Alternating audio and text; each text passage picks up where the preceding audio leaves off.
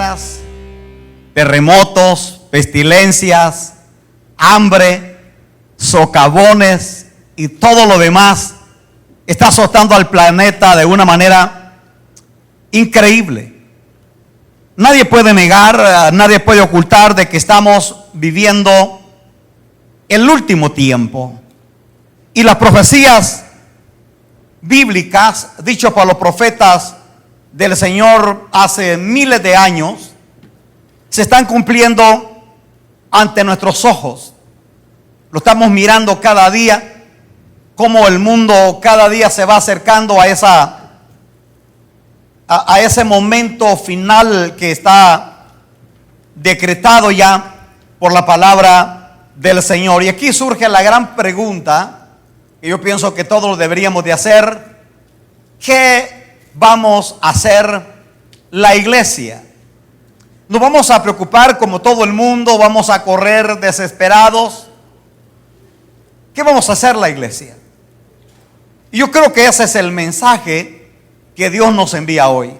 Verdades eternas es el mensaje que quiero transmitirles hoy de parte del corazón del Señor. Porque hoy más que nunca debemos proclamar el mensaje transformador del Evangelio de Cristo. Porque solamente el Evangelio de Cristo ofrece la seguridad plena que la humanidad necesita y nos garantiza un futuro eterno de gloria con Dios. El apóstol Pablo le dice a la iglesia en Galacia, a los Gálatas, capítulo 1 y el versículo 11 y 12, dice Pablo: amados hermanos, quiero que entiendan que el mensaje del Evangelio que les predico no se basa en un simple razonamiento humano. No recibí mi mensaje de ninguna fuente humana, ni nadie me lo enseñó. En cambio, lo recibí por revelación directa de Jesucristo. Hermanos amados, el Evangelio de Cristo, el Evangelio que predicamos, el Evangelio en el que hemos creído, no es la iniciativa de ningún hombre, no es el invento de la religión. El Evangelio de Cristo es la idea creativa de Dios. Ahora, escuche usted la declaración magistral que Jesucristo le hace a un principal de la ley llamado Nicodemo. Le dice en el capítulo 3 del versículo 16 del Evangelio de Juan: porque de tal manera amó Dios al mundo, que ha dado a su Hijo unigénito, para que todo aquel que en Él cree no se pierda, mas tenga vida eterna. Este versículo de Juan 3:16, este versículo es llamado el texto de oro. Si usted ya tiene un ratito en el cristianismo, se da cuenta que Juan 3:16, es llamado el texto de oro.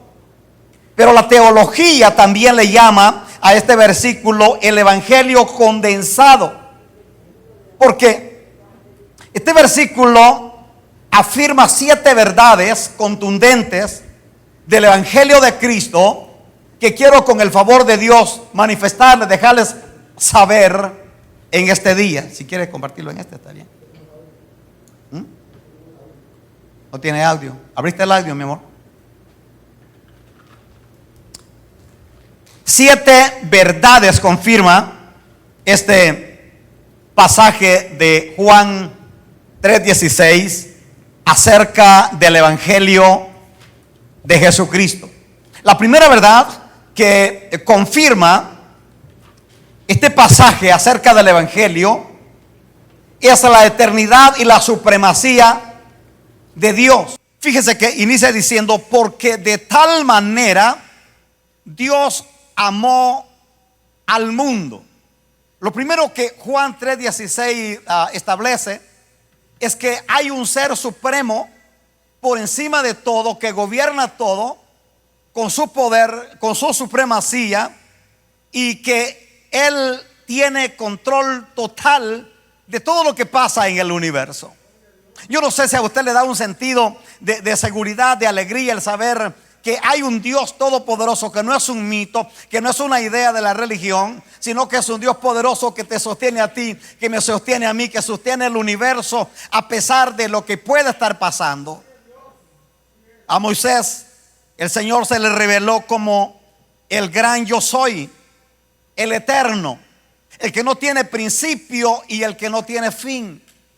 A Isaías se le reveló como Jehová, el Dios que nos sostiene, el Dios que nos ayuda.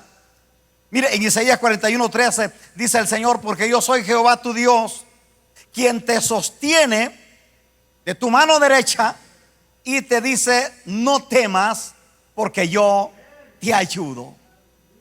Los nombres de Dios, que son muchos nombres en la Biblia, revelan o denotan la acción de Dios para socorrer y para proteger a sus hijos. Por ejemplo, Abba, en el griego, lo que quiere decir es que Él es nuestro Padre, nuestro Papá. Adonai, Él es nuestro Señor. El Shaddai, Él es el Todopoderoso. El Roy es el Dios que nos ve. El Olam es el Dios de los tiempos, el Dios eterno. Jireh es el Dios que provee para tus necesidades. Rafa es el Dios que te sana. Nisi es nuestro estandarte, nuestro escudo, nuestro escondedero. El Kadash es el Dios que nos santifica. Siqueno es nuestra justicia. El Sabaoth es el Dios de los ejércitos. El Elión es el Altísimo, el más grande. Yahshua es nuestro libertador, nuestro Señor. Yo no sé si a usted le alegra saber que tenemos un gran Dios, no un diosecito, no un Dios que no tiene poder, sino un Dios que te sostiene por encima de lo que puede estar pasando. Entonces, lo primero que Juan 3:16 denota es la existencia de un Dios grande y fiel que sostiene el universo. Por eso es que la iglesia es indestructible. La iglesia no puede temer por nada de lo que está pasando en el mundo. Mire, ya sabemos por la palabra que este mundo va a pasar, va a ser destruido, los cielos van a ser destruidos, pero la iglesia es indestructible.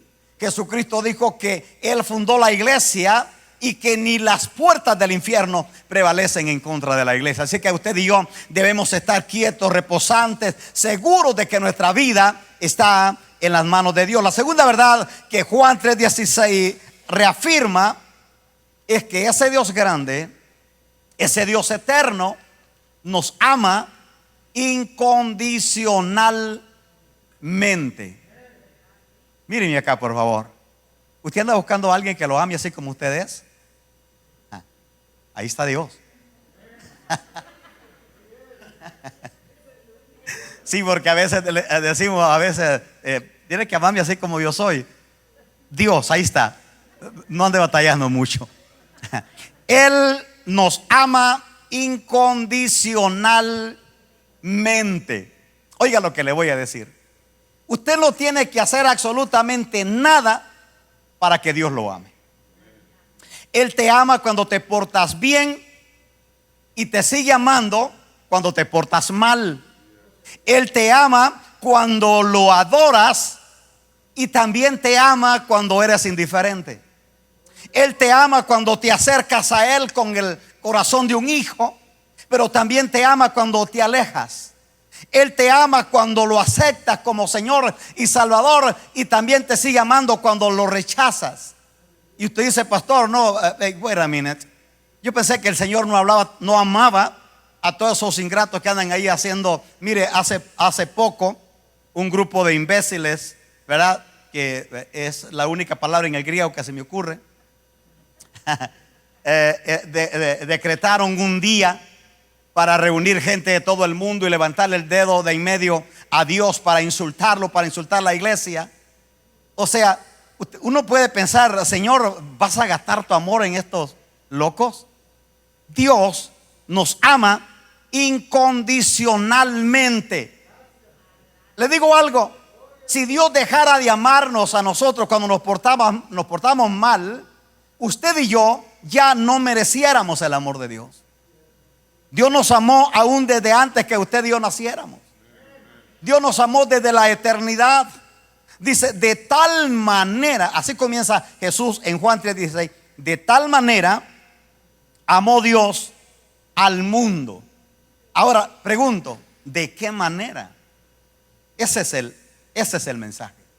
Porque cuando leemos de tal manera, pero nos quedamos, pero ¿de qué manera? La palabra en el griego, o el verbo en el griego, es agapao. El sustantivo es ágape, lo que significa un amor sin condiciones, un amor incondicional. El amor de Dios no se altera por nada. Dios no es que te ama menos un día y otro día te ama más. No es así como nosotros, ¿verdad?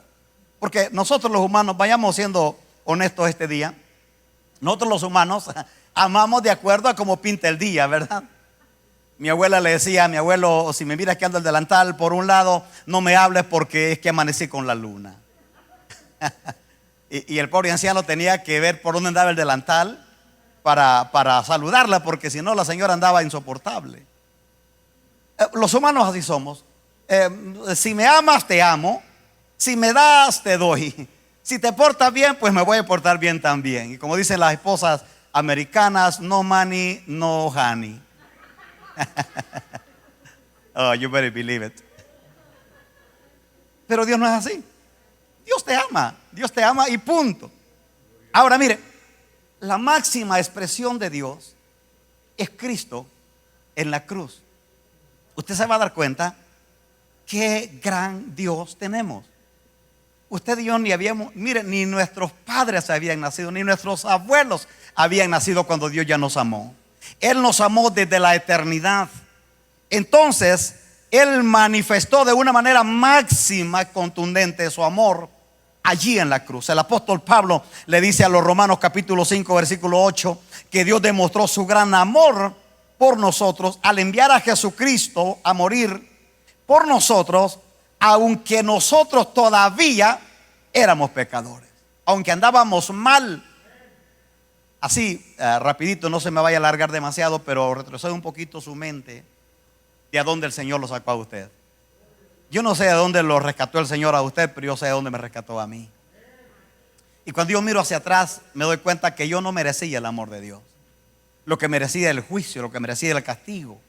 Pero Él no me trató así, al contrario, Él se metió allí debajo del cesto de la basura donde yo me encontraba, metió su mano y me sacó de allí y me dio un nuevo nombre, me posicionó en un lugar de reino donde ahora podemos alabar, adorar y exaltar al Señor. Dele ese aplauso de alabanza a la fidelidad de Dios, a la misericordia de Dios. Porque a veces cuando ya estamos de este lado, pensamos que es que nosotros nos merecíamos ese amor. ¿No se ha dado cuenta que hay creyentes, que bueno que aquí no hay, pero en algún lugar del mundo deben de haber?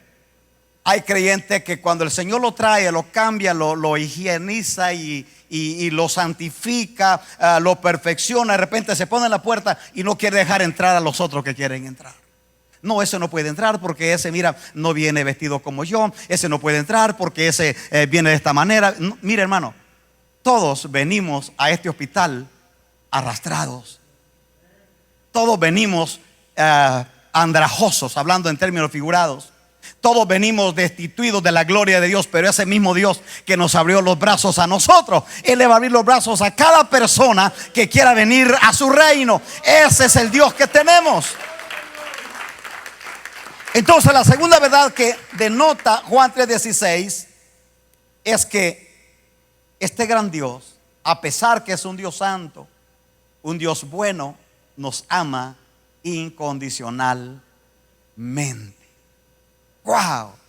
¡Qué gran Dios tenemos, hermano! La tercera verdad que denota Juan 3:16 acerca del Evangelio. Y aquí empieza el balance, porque de repente cuando usted me escuchó hablar, no, Dios me ama incondicionalmente, usted dice, bueno, entonces, ¿para qué tanto lío? ¿Para qué tenemos que consagrarnos? ¿Para qué tenemos que santificarnos? Pues mejor démosle vuelo a todo, ¿verdad? No, espéreme tantito, déjeme avanzar. Aquí está el balance. Porque, mire, el amor de Dios ha sido mal entendido por muchos. Yo he escuchado incluso predicadores que dicen, no, porque el Señor lo que me llamó fue amar a la gente. Y yo pregunto, ¿será que un pastor, un predicador, puede amar más a la gente que Dios? Por favor. No, el amor de Dios es puro. Pero este es el mensaje. Ese amor de Dios se reveló de una manera máxima a través de Jesucristo.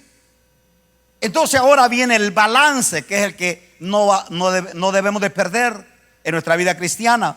Y la tercera verdad que revela Juan 3:16, porque recuerde que Juan 3:16 revela las 7 verdades contundentes del Evangelio. El número 7 en la Biblia significa plenitud, perfección, lo cual significa que Juan 3:16 revela la perfección, la plenitud del Evangelio. Por eso se conoce como el Evangelio condensado. La tercera verdad es que sin Jesús no hay salvación. Usted se dio cuenta cómo dio un giro de 180 grados el asunto. Tengo un Dios que me ama entrañablemente, que me ama incondicionalmente, pero por ese gran amor que Él tiene, Él dio a su Hijo para que a través de Él yo pueda ser salvo, pueda ser rescatado de la condenación eterna. Ahora, ¿cuál es el punto? Que solamente a través de la sangre de Jesús, usted y yo podemos alcanzar el perdón de pecados y la salvación que Dios nos ofrece. Decíamos el domingo pasado que solamente Jesús pudo satisfacer las exigencias del Padre en cuanto al pecado, porque el pecado merece la muerte. No es que en el Nuevo Testamento Dios es más tolerante que en el Antiguo Testamento. Dios sigue siendo severo, Dios sigue siendo fiel, Dios sigue siendo bueno, Dios sigue siendo exigente. El mismo Dios del Antiguo Testamento, de Abraham, de Jacob, de Moisés y de todos los patriarcas, es el mismo Dios nuestro, no es más tolerante. La diferencia es que ahora cuando Dios te mira a ti, ve la sangre de Cristo que está en tu cuerpo, en tu ADN. Entonces, solo Jesús nos ofrece salvación eterna. El escritor de los Hebreos dice en el capítulo 10, versículo 11 y 12: todo sacerdote está día tras día ofreciendo los mismos sacrificios que nunca pueden quitar los pecados. Pero Jesús ofreció un solo sacrificio, una vez y para siempre, e hizo santos a todos los que vinieron a Él. Y dice que se ha sentado a la diestra del Padre. Ahora retomamos las palabras del apóstol Pedro en Hechos capítulo 4 versículo 12, cuando Pedro dice: porque en ningún otro hay salvación. Oiga, hermano, ¿habrá alguna manera más clara de que podamos explicarlo? No.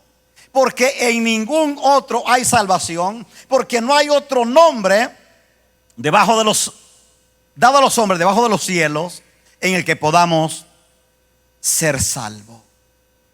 O sea, no es Cristo y más mi buen comportamiento, porque a veces uno piensa que si uno es una Madre Teresa que se porta bien, es que tiene más acceso al Padre. No, no es Cristo y mi buen comportamiento, no es Cristo y mis buenas obras, no es Cristo y la religión, no es Cristo y la iglesia, no es Cristo y María, no es Cristo y no, es Cristo y punto.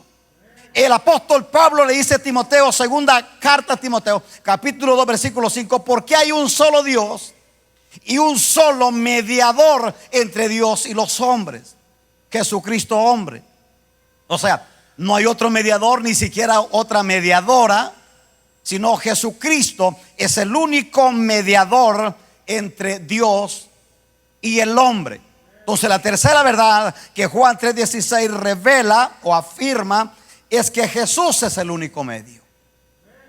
Ahora, ¿por qué la santidad? ¿Por qué apartarnos del pecado? ¿Por qué renunciar a las cosas pecaminosas? No es para que a través de eso Dios nos perdone, sino es porque ya hemos sido perdonados. Usted se recuerda el domingo pasado la nueva naturaleza. Cuando la nueva naturaleza está en la vida de una persona, usted no tiene que andarle obligando ni diciendo cómo comportarle. La nueva naturaleza le dice desde adentro cómo debe de comportarse y punto. Yo no me recuerdo, y mire que yo llegué quebrado, llegué arrastrado a la iglesia. Pero yo no me recuerdo que alguien en la iglesia me dijo: Nectalí, usted tiene que hablar de esta manera. Mire que el lenguaje que tenía yo antes de recibir a Cristo, usted no lo hubiera querido escuchar. Pero a mí nadie me dijo: Nectalí, tienes que hablar de esta manera, tienes que caminar así, tienes que vestir así, tienes que hacer esto. No, la nueva naturaleza de Cristo que está en nosotros nos permite entender que somos nueva criatura y debemos de vivir como gente de Dios.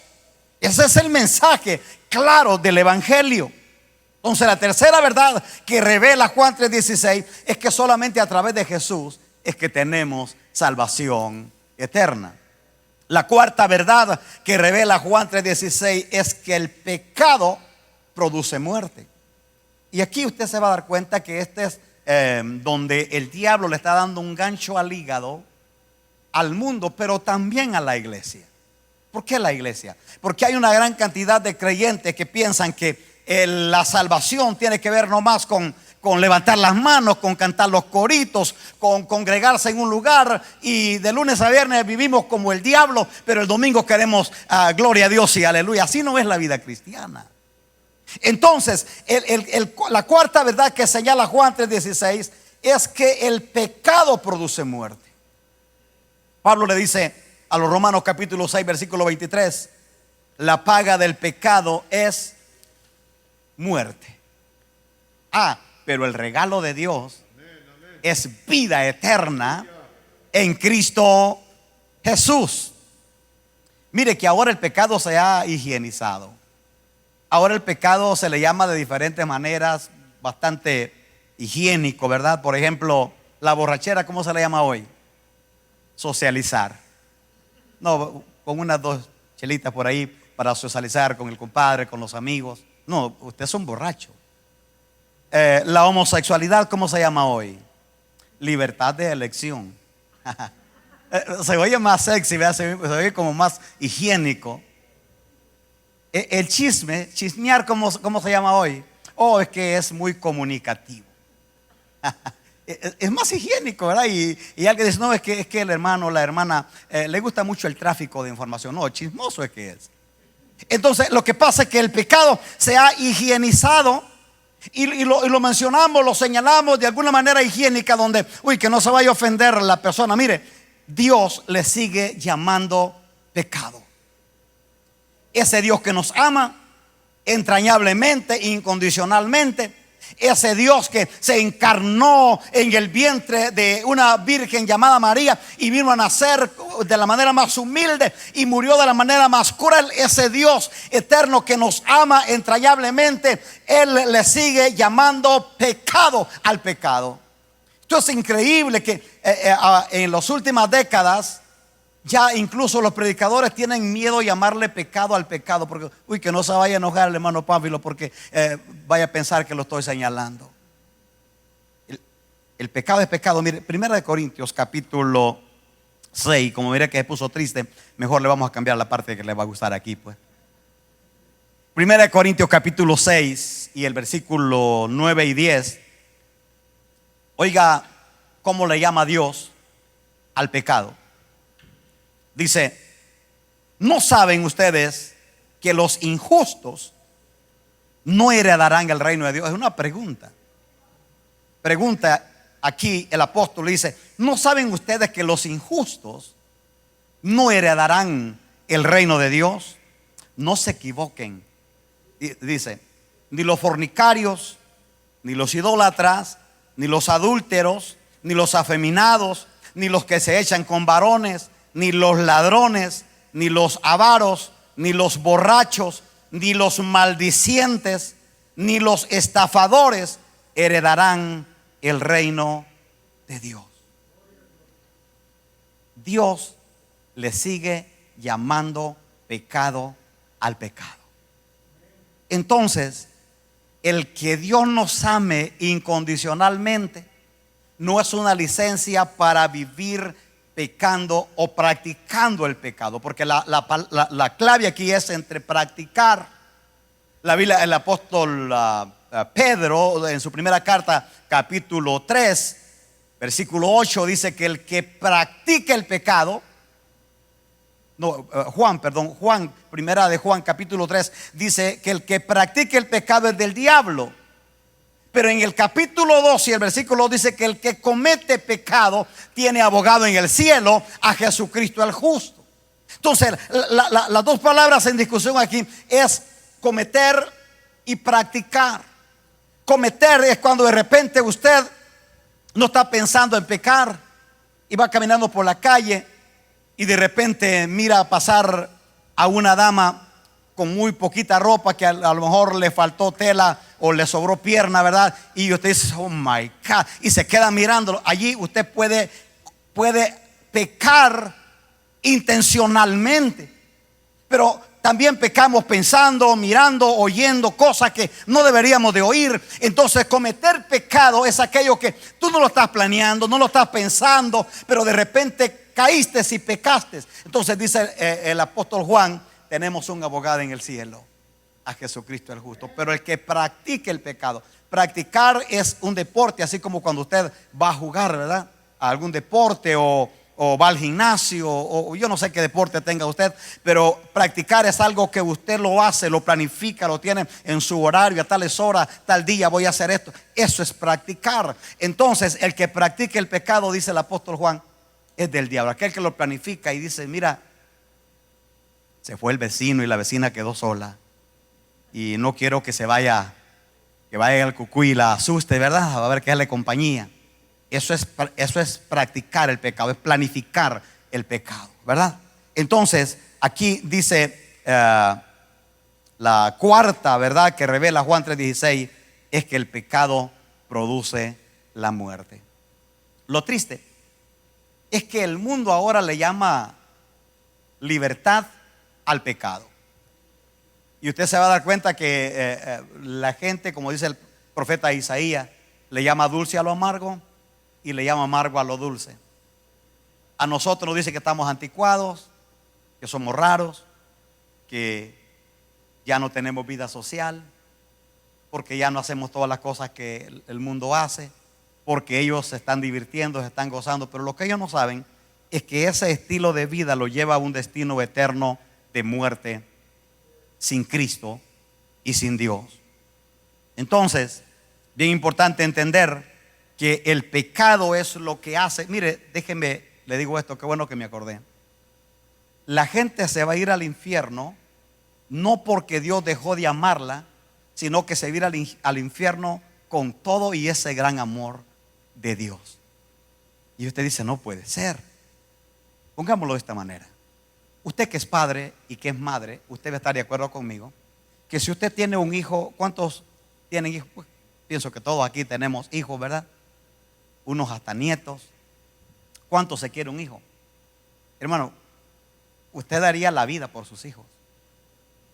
Pero ¿qué pasa cuando ese hijo decide irse de casa y vivir la vida a como a él le place, sin importar cómo usted se siente? ¿Usted deja de amarlo? Para nada, usted lo sigue amando. Es más, lo ama con más lástima porque pobrecito mi hijo se fue de casa y anda viviendo mal. Usted lo sigue amando. Ese amor suyo lo protege a él del peligro de la calle. Ese amor suyo lo protege de que lo vayan a balacear allá afuera. Ese amor suyo lo protege de que vaya a parar a la cárcel. No, usted lo sigue amando, pero su hijo él decidió vivir esa vida. Entonces el amor de Dios es inalterable. El amor de Dios es inexplicable. Dios nos sigue amando, pero ese amor no nos priva a nosotros de tomar las decisiones que tomamos en la vida, porque Dios nos creó seres libres, que tenemos la razón de distinguir entre lo que es bueno, lo que es malo, lo que nos conviene, lo que no nos conviene. Entonces aquí es donde entra la quinta verdad eterna que revela Juan 3:16, y es que la fe en Cristo demanda arrepentimiento. No solamente decir yo creo en Cristo, porque mira, hasta el diablo cree, los demonios creen y tiemblan, dice el escritor a los hebreos. Dice que el diablo cree y tiembla.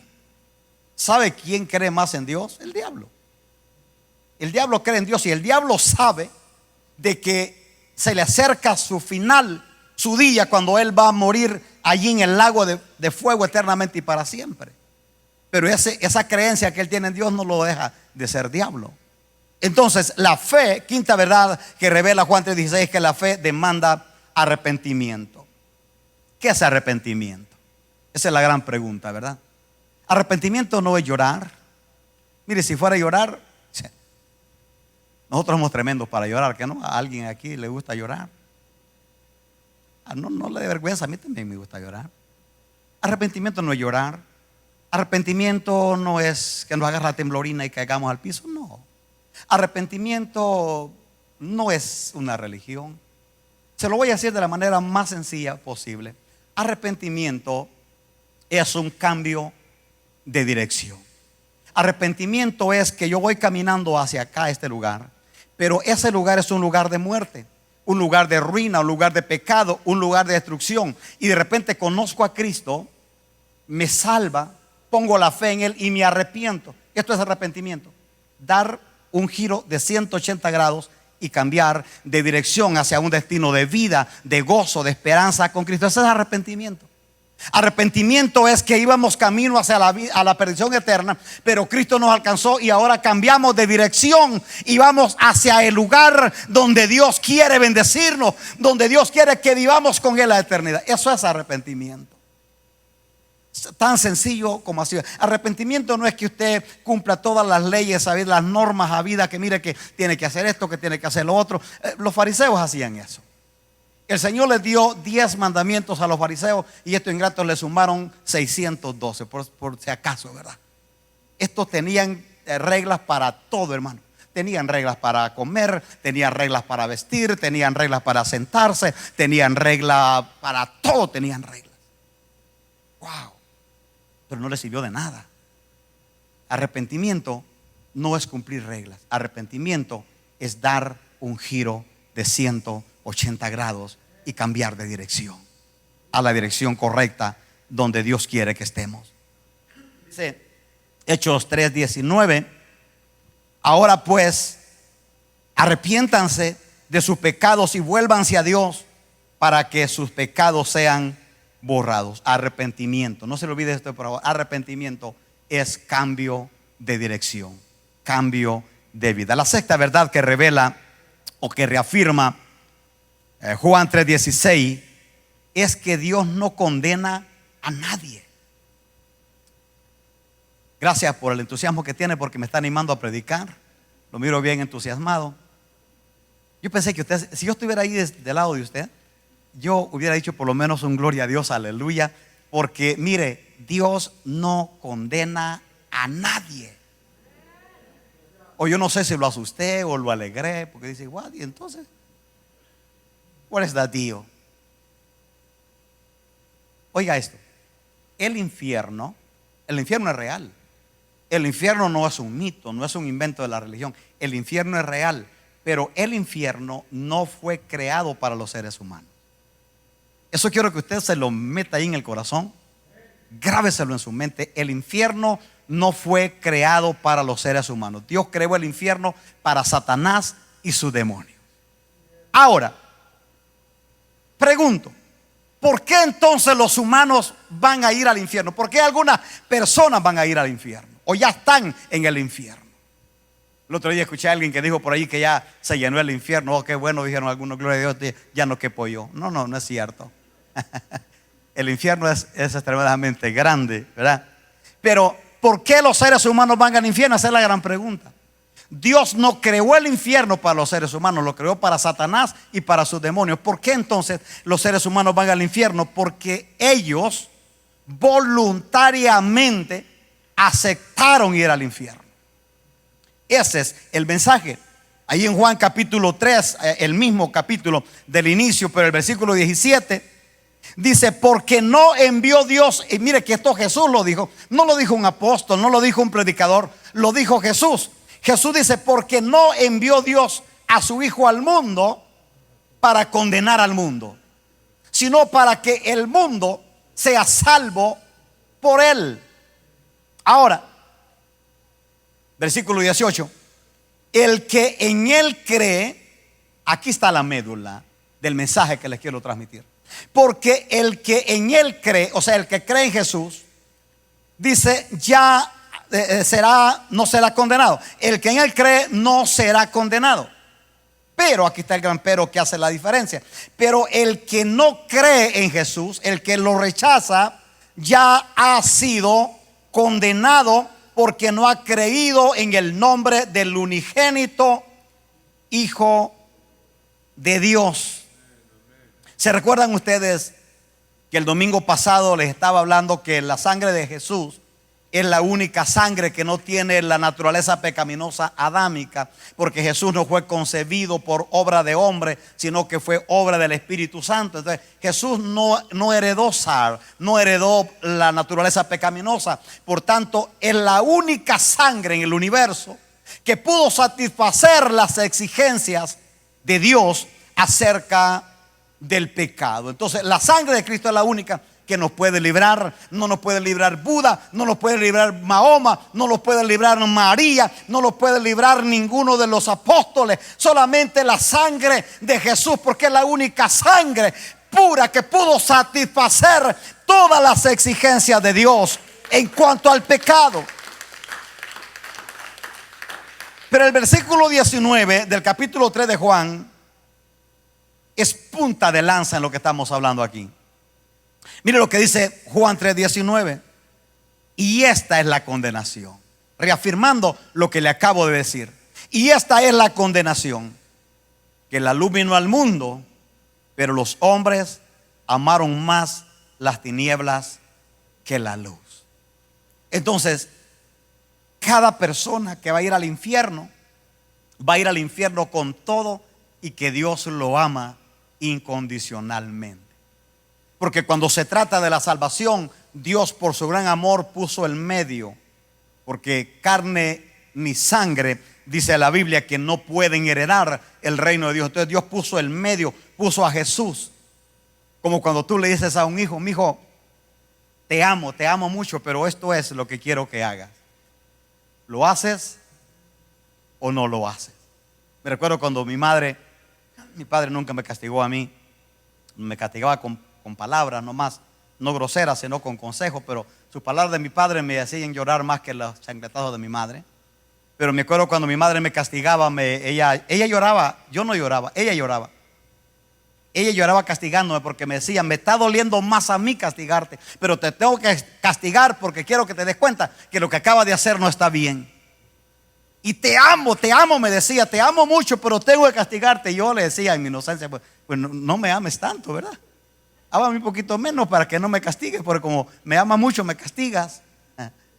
La gente va a ir al infierno con todo y que Dios la ama, y la ama de verdad. ¿Por qué? Porque ellos eligieron rechazar a Jesús. Le pongo un ejemplo muy práctico. Por ejemplo, si usted está enfermo, que Dios no lo permita, no se preocupe, no estoy profetizando.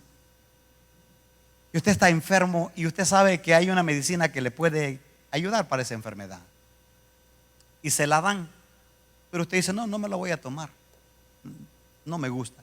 Si tiene fe que Dios lo va a sanar, Dios lo puede sanar. Dios lo ha hecho conmigo, Dios lo puede sanar. Pero no quiere decir que también tomar la medicina es pecado. Le puede ayudar al tomar la medicina. Pero si usted dice: no me la voy a tomar, por ejemplo, el SIDA creo que todavía es una enfermedad incurable para la ciencia, no para Dios. Aquí el Señor ha sanado gente de SIDA, pero para la ciencia todavía es incurable. Ahora, si alguien enfermo de SIDA le dicen: mira, esta es la inyección que te va a dar la vida y te va a quitar el SIDA, pero dice: no la quiero, no me la voy a poner. Entonces, lo que está pasando es que esa persona está rechazando la ayuda, la medicina que se le está dando. Es exactamente lo que está pasando en la vida, en las cosas espirituales. Dios ya puso el medio a Jesús. Por el amor, por el gran amor que Él nos tiene, Él ya puso a Jesús. Entonces el ser humano es libre de aceptar o de rechazar a Jesús. La gran mayoría lo está rechazando en este tiempo. Entonces, la sexta verdad es que Dios no condena a nadie, pero el hombre voluntariamente decide ir al infierno. Voluntariamente decide rechazar a Dios y seguir haciendo las cosas que Dios condena en su palabra. Por último, la sexta verdad eterna que reafirma Juan 3:16 es que hay un galardón eterno para todos los que hemos hecho de Jesús el Señor y el Salvador de nuestra alma. Y ahí está usted, y así con esto ya no lo alegro, pues ya no hay para dónde, ¿verdad? hay un galardón eterno. Hermanos amados, no estamos aquí perdiendo el tiempo. No estamos aquí porque no tuvimos otra cosa que hacer en la casa. Mire, al menos mirando a la Paquita del barrio se hubiera quedado. O mirando esa programita que le gusta, ¿verdad? Le iba a mencionar uno, pero no es que le dé ideas.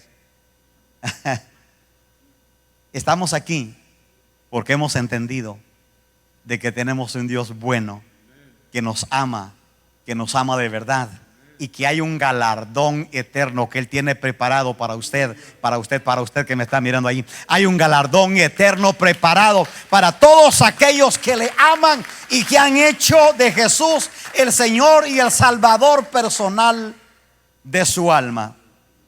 Cada persona es responsable de aceptar ese galardón. ¿Sabe por qué a la gente se le hace fácil? A mí me han dicho las personas cuando los evangelizo, pero es que ¿tú crees que es tan fácil así?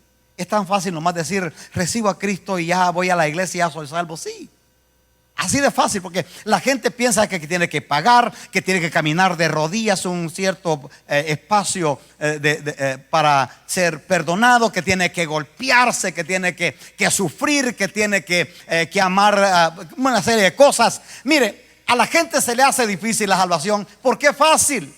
La salvación es fácil para usted y para mí, pero no fue fácil en la cruz del Calvario para Jesús. Él pagó con su sangre el precio de nuestra libertad. En una ocasión me recuerdo que le presté a un amigo mío en el trabajo, cuando salió esa película de la Pasión de Cristo, la última que ha salido de la Pasión de Cristo, se la presté a un amigo que estaba evangelizando, y se la presté para que la mirara y mire lo que Cristo sufrió por nosotros ahí en la cruz.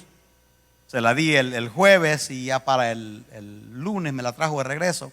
Le pregunté y le dije, ¿cómo te pareció? ¿Te gustó la película?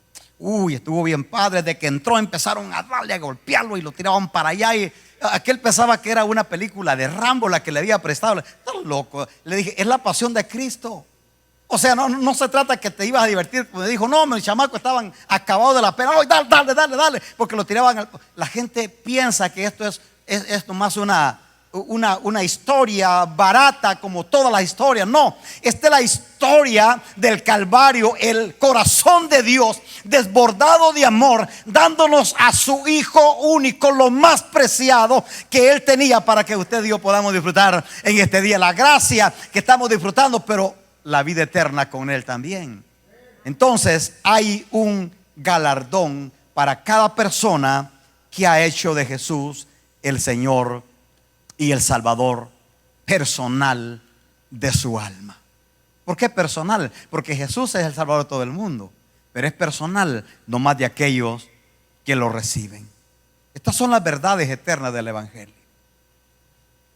No hay ninguna otra manera que podemos explicar el Evangelio. ¿Por qué el Señor nos envía esta palabra justo en este tiempo? Porque a lo mejor usted está diciendo, pero pastor, ¿por qué no está hablando a nosotros del pecado si nosotros somos creyentes? Mire, nosotros puro glorioso y aleluya, ¿verdad? Y tranquilo y no hay problema. No, ¿sabe por qué? Porque estamos en la recta final. Estamos a punto de oír la final trompeta, la trompeta de Dios que viene a levantar a su iglesia, y usted y yo debemos estar preparados. Debemos de saber que esta misma noche puede pasar que Jesús venga a levantar a su iglesia, y nosotros, ¿sabe lo que le estaba pidiendo al Señor esta madrugada? Le estaba diciendo, Señor, que ninguno de los que tú has puesto allí en manantial de amor se vaya a quedar el día que tú vengas a levantar a tu iglesia. Mi mayor anhelo, y creo con todo mi corazón que es el anhelo de Dios, es que todos nos vayamos con Él. La Biblia dice que Dios no quiere que nadie se pierda. Dios no quiere que se pierda. Así como un padre no quiere que sus hijos se pierdan, Dios no quiere que nadie se pierda. Pero cada persona es responsable de escoger en dónde vivir la eternidad. Nomás hay dos lugares, no hay tres. No hay purgatorio, no hay Señor de más abajo. Ese es invento del diablo. Nomás hay dos lugares: el cielo con Cristo o el infierno con Satanás. Y usted y yo somos responsables de elegir ahora, no después de muerto. Es ahora que tenemos que elegir a dónde es que vamos a vivir la eternidad. Póngase sobre sus pies, por favor. Yo quiero que en este día usted y yo nos demos cuenta que Dios quiere que usted y yo vivamos con Él la eternidad. Por eso estamos aquí. Por eso el Señor nos alcanzó. Le digo la verdad, yo estaba bien en la religión. Digo, bien perdido, ¿verdad? Estaba haciendo lo que me gustaba hacer, con una idea falsa, pero ahí estaba. Pero el día que esta bendita gracia me alcanzó, me salvó, me sacó y me trajo a una nueva vida. Y cuando digo una nueva vida, porque aquí es donde de repente el enemigo nos mete zancadilla, ¿verdad? Uno piensa que una nueva vida es que en la iglesia uno va a estar en una burbuja y nomás va a mirar para todos lados lo que está pasando en el mundo, pero a nosotros no lo va a pasar. Jesús dijo que es menester que el juicio comience por la casa. El estar en Cristo no nos garantiza a nosotros que no vamos a pasar momentos difíciles en esta tierra. Miren, yo no sé cómo van a ser lo del evangelio de la prosperidad, que siempre ofrecen prosperidad aquí en la tierra. Yo no sé qué van a hacer ellos después del rapto, porque esa idea vaga está a punto de terminar. Nuestra garantía es eterna. Mientras estemos en esta tierra vamos a tener dificultades, vamos a tener problemas. Si usted no me cree, mírelo por la Biblia. Todos los hombres de Dios, los apóstoles, los profetas, mire, los apóstoles de Cristo, uno solo, el apóstol Juan, fue el único que murió de muerte natural. De allí todos, unos fueron tirados a que se los comieran los leones, otros los tiraron a la hoguera, otros los decapitaron. El apóstol Juan fue el único que murió de muerte natural, pero después que sufrió todas las penurias. La historia habla que el apóstol Juan lo metieron, le dieron la prueba de fuego y le dijeron: si es verdad que ese Cristo que tú predicas es tan poderoso como dices, vamos a ver, si pasas de esta prueba no te vamos a matar. Y cuenta la historia, relata la historia, que en una pila hirviendo de aceite, que era como torturaban a los malhechores en ese tiempo, allí metieron al apóstol Juan desnudo y le dijeron: tienes que pasar por en medio de esta pila hirviendo de aceite. Si sales ileso al otro lado no te vamos a matar, no te vamos a decapitar. La historia cuenta que el apóstol Juan entró a esa pila, pasó confiado en el poder de Dios y salió al otro lado ileso. El aceite hirviendo no le pudo hacer daño y entonces no había manera que pudieran matarlo. Entonces dijeron: pues no podemos con este hombre, no podemos con el Dios de este hombre, entonces lo vamos a desterrar a la isla de Patmos para que ahí muera de viejo y se lo coman las fieras. Y ahí mandaron al apóstol Juan a la isla de Patmos. Y ahí, estando en esa isla, el apóstol Juan recibe la revelación más pura y contundente que tenemos en la Biblia, el Apocalipsis. Hermanos amados, servir a Dios vale la pena. Servir a Dios es lo más lindo que nos puede haber pasado a ti y a mí.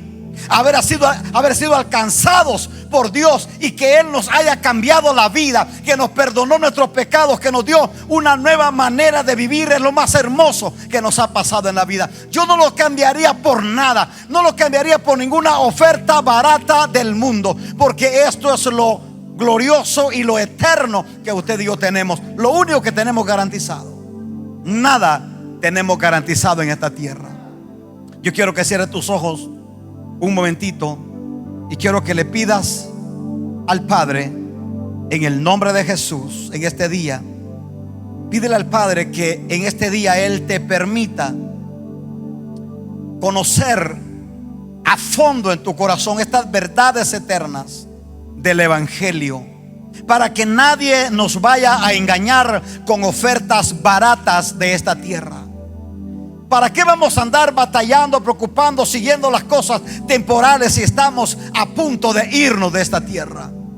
Es bonita la prosperidad económica, es bonita la prosperidad familiar, es bonito los milagros, es bonito todo lo que podemos vivir en esta tierra, pero todo eso es efímero, se termina, se acaba. Lo eterno es lo que tenemos con Cristo.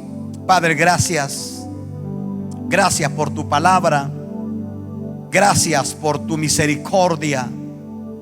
Gracias porque todavía nos sigues hablando. Te doy las gracias porque nos has hecho entender en este día las 7 verdades contundentes del Evangelio, Señor, lo cual es la plenitud de tu Evangelio, lo que tú esperas de cada uno de nosotros.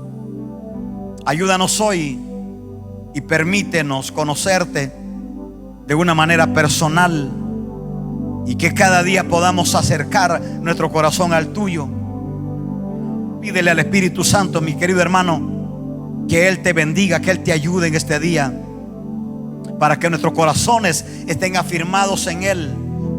Mire lo que está pasando en el mundo. Son señales de que Cristo está por venir a levantar a su iglesia.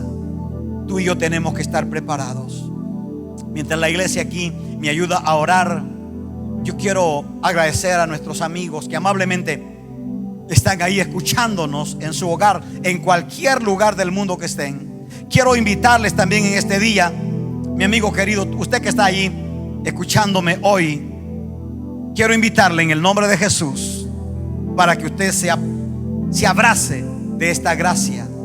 Entréguele su corazón a Cristo en este día. Y usted está, quiero que repita conmigo esta oración. Dígale: Señor Jesús, reconozco que me amas tanto, porque moriste en esa cruz por mí.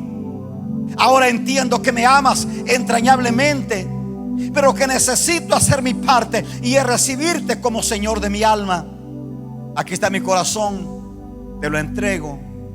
Perdona mis pecados, lávame en la preciosa sangre de Jesús.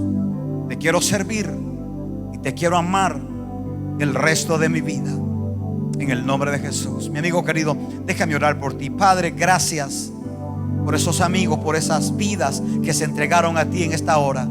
Te pido les bendigas, ayúdales para que ellos encuentren un lugar en donde puedan crecer conociendo tu palabra y sirviéndote a ti. Gracias. Obra el milagro del nuevo nacimiento en sus corazones, que ellos puedan cada día conocerte más. Dele la fe, la fuerza que necesitan para vencer los obstáculos que van a tener que vencer en la vida. En el nombre de Jesús de Nazaret. Muchas gracias, Dios, muchas gracias. Mi amigo querido, si tú vives aquí en la ciudad de Tucson, manantial de amor en tu casa. Aquí hay una familia, aquí hay un amigo, aquí hay una casa que te estamos esperando. Ahí está toda la información relevante que tú necesitas saber para encontrarnos. Gracias por haber estado allí. Mi deseo es que la gracia del Señor siga bendiciendo tu vida, sigue disfrutando de esta gracia. Si el Señor no ha venido y todavía tenemos vida, aquí estaremos el próximo domingo para entregar un mensaje más de la palabra del Señor. Les mando un gran abrazo en el amor de Cristo y será hasta el próximo domingo.